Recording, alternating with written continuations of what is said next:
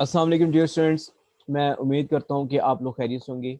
आज का जो हमारा टॉपिक है वो है ऑडिट प्लानिंग, और इसके ऊपर जो है इंटरनेशनल स्टेटमेंट ऑन ऑडिटिंग है वो है ISA 300।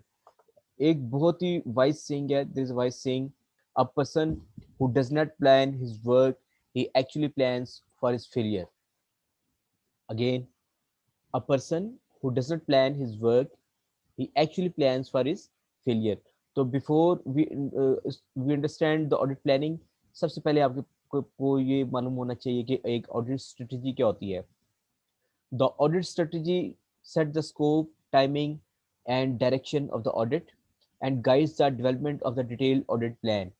अब जो ऑडिट स्ट्रेटजी होती है, देखिए कोई भी जैसे स्ट्रेटेजिक प्लानिंग होती है, देन उसके बाद आप किसी भी प्रोजेक्ट को एग्जीक्यूट करते हैं। इसी तरह जब ऑडिटर जो होता है अपना ऑडिट प्लान एग्जीक्यूट करने से पहले, ऑडिट प्लान को बनाने से पहले अपने काम को प्लान करता है, उसकी स्ट्रेटेजी बनाता है कि मैंने काम को कैसे एग्जीक्यूट करना है। अब इसके अंदर बहुत सारे मैटर्स जो होते हैं, ऑडिटर वो जो है उसको कंसिडर करता है in developing the audit strategy. तो सबसे पहले उसमें वो ये देखता है कि जो उसकी रिपोर्टिंग रिक्वायरमेंट है वो क्या है। अब उसने क्या काम करना है, क्या उसने बुक कीपिंग का काम उससे लिया जा रहा है, क्या उससे इंटरनल ऑडिट का काम लिया जा रहा है, क्या उससे जो है एक्सटर्नल ऑडिटर का काम लिया जा रहा है, और उसने ओपिनियन देना है अपॉन द फाइनेंशियल स्टेटमेंट्स। ये हम बात करें एक्सटर्नल ऑडिटर्स की, ठीक है। देन वो इसमें सेकंड जो मैटर वो कंसिडर करेगा in developing the audit strategy, वही देखेगा कि आपकी टाइमिंग ऑडिट की क्या होगी, आपकी टाइमिंग जो है ऑडिट की क्या होगी। क्या ये ऑडिट जो है इंटरिम ऑडिट है, during the course of financial year है, या ये at the end of financial year जो है ये आप इसका फाइनल ऑडिट कर रहे हैं इसका। सेकेंडली थर्ड इसमें एक आइटम जो कंसिडर किया जाएगा वो ये है कि अगर आप किसी नए क्लाइंट के ऊपर जा रहे हैं, फॉर एग्जांपल हम बैंकिंग सेक्टर की बात करते हैं, किसी आप नए बैंक में ऑडिट के लिए जा रहे हैं लेकिन फर्स्ट टाइम जा रहे हैं, फॉर एग्जांपल हम एमसीबी बैंक की बात करते हैं। अगर आप as an external auditor MCB bank के ऑडिट में जा रहे हैं और इससे पहले आपने एमसीबी बैंक का ऑडिट नहीं किया, तो आप ये देखेंगे कि आपने जो नॉलेज गेन किया है उन other similar nature of audits, like other banking sector में अगर आपने अदर बैंक्स के ऊपर ऑडिट किया है, तो वहां से जो आपने नॉलेज गेन किया है आपने यहाँ पे उसको कैसे अप्लाई करना है। उसके बाद जो है finally last but not the least जो चीज़ हम ऑडिट स्ट्रेटेजी के अंदर कवर करते हैं वो ये होती है कि आपने देखना होता है कि आपके पास nature, timing and extent of resources क्या है। देखिए जब हम बात करते हैं रिसोर्सेज की, तो हम यहाँ पे फाइनेंशियल रिसोर्सेज की बात नहीं कर रहे। हम ये देखेंगे कि हमारे पास जो कम्पिटेंट लोग हैं, जो ऑडिट टीम हमने एक वो डिज़ाइन करनी है for the purpose of audit, उसमें क्या हमारे पास कम्पिटेंट लोग हैं जिनको हमने ऑडिट की असाइनमेंट के ऊपर सेंड करना है या नहीं करना है। So this is what audit strategy. So again, the audit strategy sets the scope, timing and direction of the audit that guides the development of the detailed audit plan. अब audit plan क्या होता है? Audit plan converts the audit strategy into a more detailed plan and includes the nature, timing, and extent of audit procedures. Again, मैं पहले इसमें थोड़ा सा आपको बता दूं कि nature, timing and extend. Now nature, कि आपके ऑडिट की नेचर क्या है, ठीक है। आपने अगेन इसके ऊपर क्या काम करना है, आपके ऑडिट जो करना है, या उसमें बुक कीपिंग को आप कवर करें, आप इंटरनल ऑडिटिंग को कवर करें, या आप उस पर एक्सटर्नल ऑडिटर को कवर करें। Extent of audit procedures, timing, इसके ऊपर आपने जो ऑडिट प्रोसीजर अप्लाई करने हैं उनकी टाइमिंग क्या होगी। And extent of audit procedures, आपने ऑडिट प्रोसीजर्स को किस हद तक, कितना डीपली जो है अपने ऑडिट प्रोसीजर को अप्लाई करना है, जो कंपोनेंट्स होंगे ऑडिटर के बैलेंस शीट के, इनकम प्रॉफिट लॉस अकाउंट के, in order to obtain sufficient and appropriate audit evidence. Now ये बहुत ही इंपॉर्टेंट, इसके अंदर दो वर्ड्स हैं, sufficient and appropriate, wherein sufficient refers to the quantity or measure of quantity of audit evidence. Sufficiency relate करती है quantity of audit evidence से, whereas the appropriateness जो होती है रेफर करती है quality of audit evidence. Quality of audit evidence ये होता है कि आपका जो इंफॉर्मेशन है या आपने ऑडिट एविडेंस ऑब्टेन किया है, that should B number one relevant, number two, that should be reliable. The audit evidence should be relevant and reliable in the given set of circumstances. जब आपके पास एक आप ऑडिट कर रहे हैं, तो आपके पास जो क्वालिटी ऑफ ऑडिट एविडेंस होगा, जो इंफॉर्मेशन होगी, that should B reliable and that should be relevant to the circumstances wherein you are working or wherein you are doing your audit job. So before we make an audit plan, सबसे पहले हमने while developing the audit strategy हमने करना ये होता है कि हमने क्लाइंट के बिजनेस को या उसके बिजनेस स्ट्रक्चर को हमने क्या करना होता है, समझना होता है।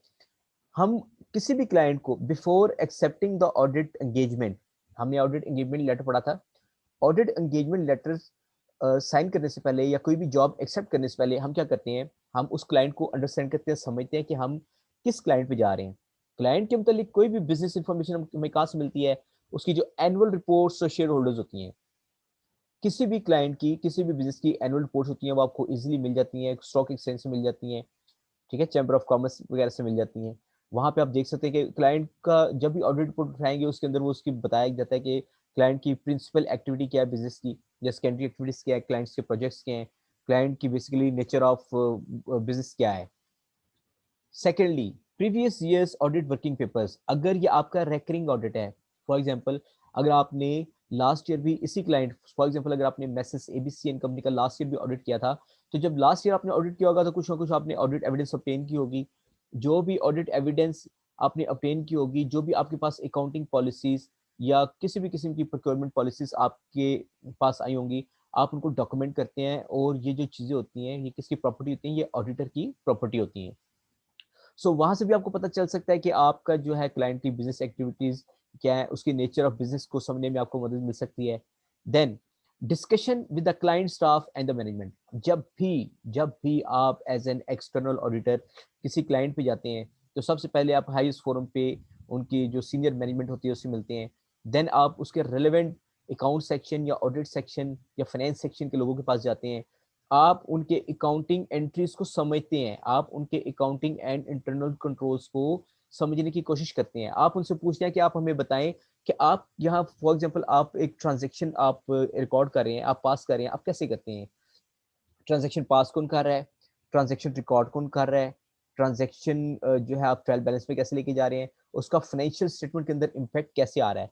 आप पूरे अकाउंटिंग एंड इंटरनल कंट्रोल का एक पूरा जो सर्कल होता है एक ट्रांजैक्शन का, फ्रॉम द बुक्स ऑफ जो है जनरल से लेकर लेजर से, देन ट्रायल बैलेंस से, देन फाइनेंशियल स्टेटमेंट में जब उसका इम्पैक्ट आता है, आप उस पूरे सर्कल को समझते हैं, उससे भी आपको क्लाइंट की अंडरस्टैंडिंग होती है। Then interim financial management reports for current and previous periods. देखिए एक तो फाइनेंशियल, एक तो ऑडिट रिपोर्ट्स होती हैं, एक time to time management reports जो होती हैं इदारे के अंदर जनरेट हो रही होती हैं, और समटाइम्स सर्कुलेट भी हो रही होती है, तो आपको इंटरम जो फाइनेंशियल मैनेजमेंट रिपोर्ट्स होती हैं उससे भी आपको क्लाइंट की बिजनेस हेल्थ का या क्लाइंट के नेचर ऑफ बिजनेस का आपको इसमें समझ सकते हैं आप उसको।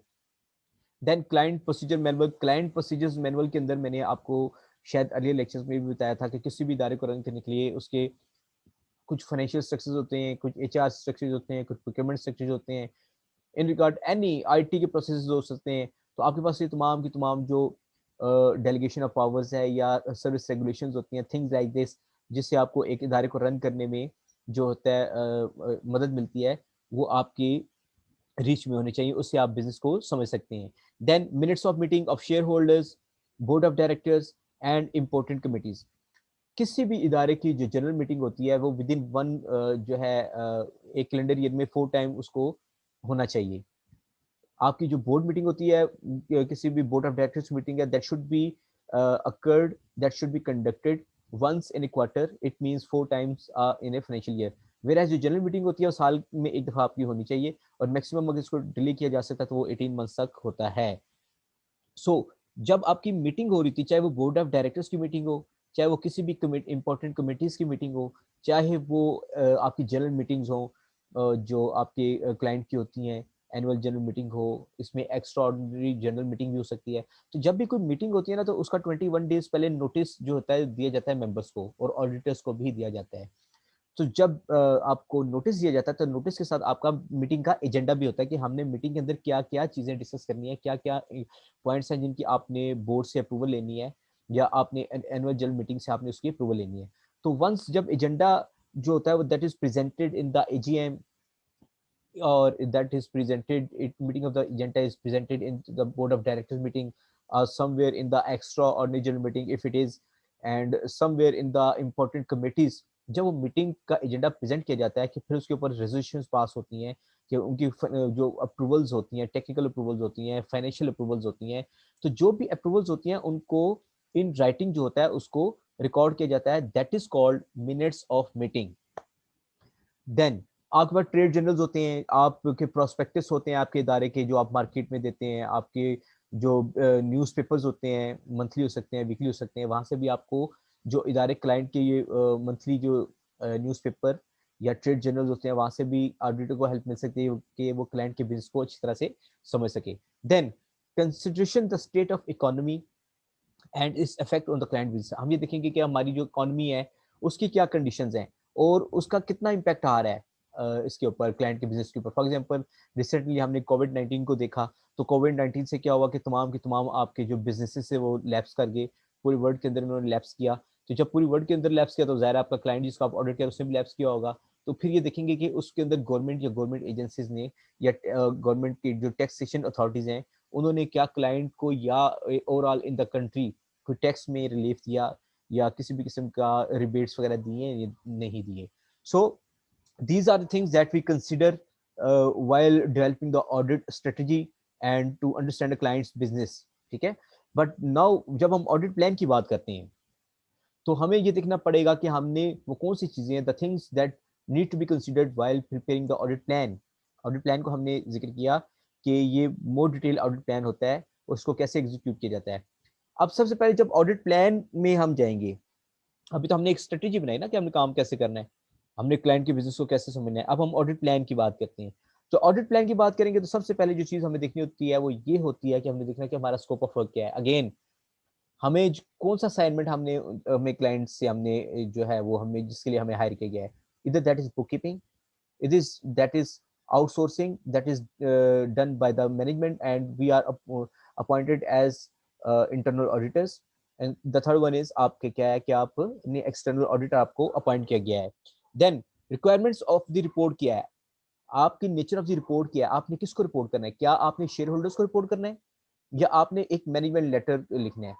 शेयर होल्डर्स की तो रिपोर्ट को हमने डिस्कस कर लिया ऐसे पहले के वीडियो लेक्चर्स में। मैनेजमेंट लेटर क्या होता है कि during the course of audit हम जो भी एज एन एक्सटर्नल ऑडिटर हम जो भी वीकनेसेस ऑब्जर्व करते हैं accounting and internal control procedures के अंदर, हमने उसकी एक लिस्ट बना के आपके आप देनी होती है मैनेजमेंट को। That is what management letter, meaning by the weaknesses observed in the accounting and internal control systems when are presented to the management, that is known as management letter। Then हमने इसमें जो देखना होता है की audit areas, audit plan बनाते हुए हमने देखना होता है कि हमारे पास की ऑडिट एरियाज क्या होंगे। इधर that is circularization of letters number one, और it is physical inventory, physical inventory observations, और it may be staff field work to staff field work to commence. देखिए सर्कुलराइजेशन ऑफ लेटर्स ये होता है कि हमने ये देखना होता है कि हमारे जितने भी बैलेंसेस क्लाइंट ने क्लेम किए हैं अपनी फाइनेंशियल स्टेटमेंट्स के अंदर।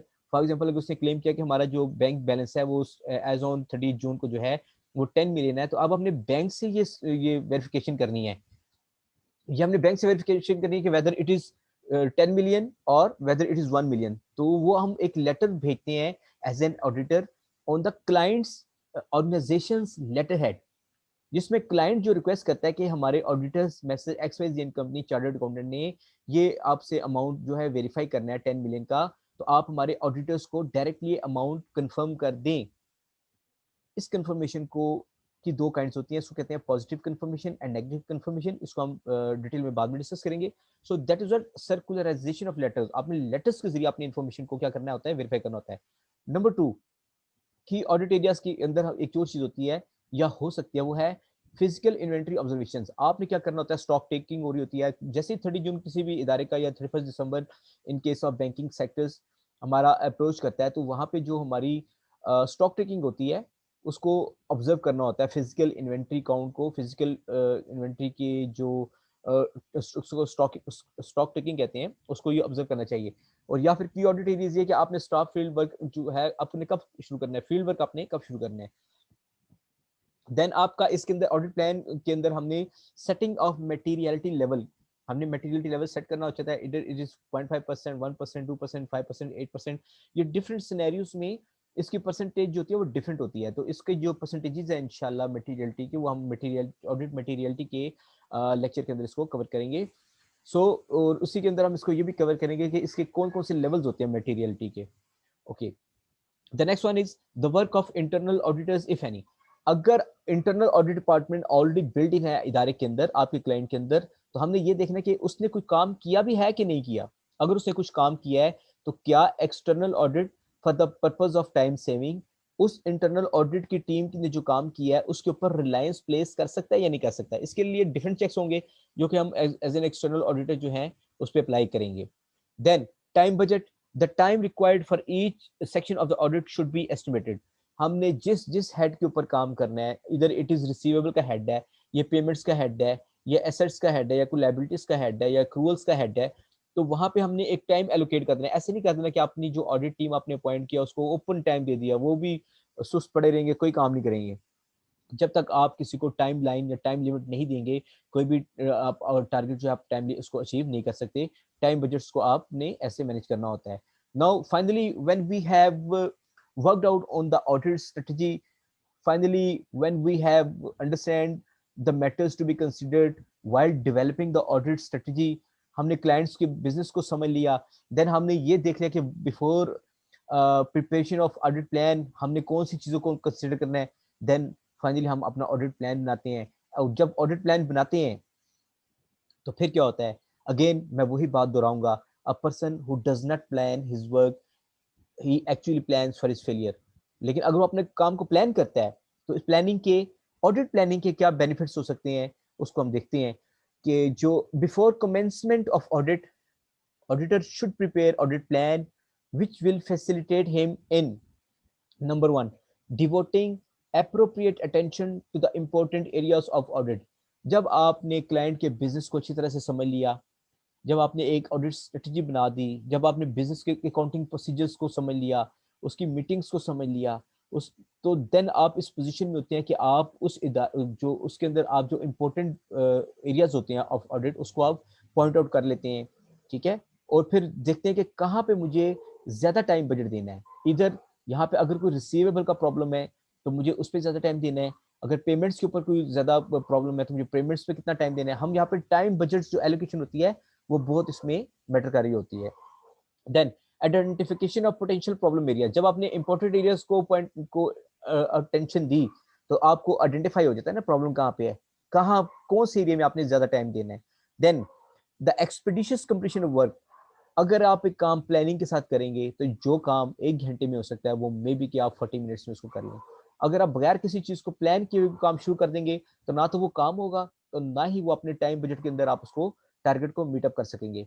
तो जब भी आप अपने काम को प्लान करके करेंगे, अगर 1 आवर का जॉब है तो मे बी कि आप मोस्ट प्रॉब्ली आप उसको 40-45 मिनट्स में आप उसको कर लेते हैं। Proper utilisation of resources, assistants and staff, आपने जब एक चीज को प्लान कर लिया, ऑडिट को प्लान कर लिया, आपके सामने जो है पोटेंशियल प्रॉब्लम एरियाज आ गए, आपके पास रिसीवेबल का आ गया, आपके पास पेमेंट्स का आ गया, आपके पास एक्रूवल्स का आ गया। नाउ आपको पता है कि आपकी टीम में कौन से लड़के ज्यादा कॉम्पिटेंट है, कौन से लड़के थोड़े से कम कॉम्पिटेंट हैं, या वो they are just the beginners. तो आप क्या करेंगे, अपने सीनियर जो लड़के होंगे जो ज्यादा अच्छे होंगे उनको आप जो है ना पोटेंशियल प्रॉब्लम एरियाज वाले हेड्स पे आप उनको लगा देंगे। So meaning by proper utilisation of resources, assistants and staff, coordination of work done by the other auditors and experts. तो हम ये ऑडिट प्लान के अंदर हमें ये भी, इससे भी हमें पता चलता है, हमने जब ऑडिट प्लान को प्लान करते हुए हमने किन मैटर्स को डिस्कस किया, उसके अंदर हमने इंटरनल ऑडिट का भी किया था। तो अगर हमने इंटरनल ऑडिट का एलिमेंट को हमने जेहन में रखा हुआ है कि वहाँ इंटरनल ऑडिट ने काम किया हुआ है, मे बी कि वहाँ पे इदारे ने कोई एक्सपर्ट भी हायर किए हो, जैसे एक्चुरियल्स होते हैं, जैसे आपकी जो होते हैं बिल्डिंग सर्वेयर्स होते हैं जो प्रॉपर्टी को सर्वे करके रेट्स करते हैं, वो स्पेशलिस्ट होते हैं। तो अगर काइंड ऑफ एक्सपर्ट उन्होंने हायर किए तो हम ये देखेंगे एज एन एक्सटर्नल ऑडिटर कि हम इंटरनल ऑडिट के काम पे कितना असिस्ट कर सकते हैं, रिलायंस कर सकते हैं, हमने एक्सपर्ट से जो काम किया हुआ है उसके ऊपर हम कितना रिलायंस प्लेस कर सकते हैं। सो हमने जो आज चीजें डिस्कस किया है, ऑडिट प्लानिंग को डिस्कस किया, ऑडिट स्ट्रेटजी को डिस्कस किया, इनके अंदर मैटर्स जो हैं वो क्या कंसिडर किए जाते हैं, क्लाइंट के बिजनेस को हम कैसे समझ सकते हैं, और हमने इसके एडवांटेजेस क्या हो सकते हैं ऑडिट प्लानिंग के, इन चीज़ों को हमने डिस्कस किया। मैं उम्मीद करता हूँ कि आप लोगों को जो ऑडिट प्लानिंग का ये स्टैंडर्ड है ISA 300 या इसका इंट्रोडक्टरी जो लेक्चर है ये इंशाल्लाह आपको समझ आया होगा। और अगर कोई भी ऐसी चीज़ है जो आपको समझ नहीं आई या that is not according to understanding, please note down your questions और I will try my best कि आपके क्वेश्चन आंसर, आपकी क्यूरीज को इन द एड्रेस कर सकूं in the question answer session. कहीं से भी पढ़ें, ऑनलाइन लेक्चर्स और भी बहुत सारे टीचर्स होंगे उनके भी पढ़ें, अच्छी बुक्स पढ़ें, कहीं से भी पढ़ें ऑडिट प्लानिंग को। अगर आप समझते हैं कि कहीं भी प्रॉब्लम है एग्जिस्ट कर रहा है तो हम इससे डिस्कस करें। इंशाल्लाह आई विल ट्राई माय बेस्ट कि मैं आपकी क्यूरीज को एड्रेस कर सकूं। Thank you very much. अपना बहुत ज़्यादा ख्याल रखिएगा। अल्लाह हाफिज़।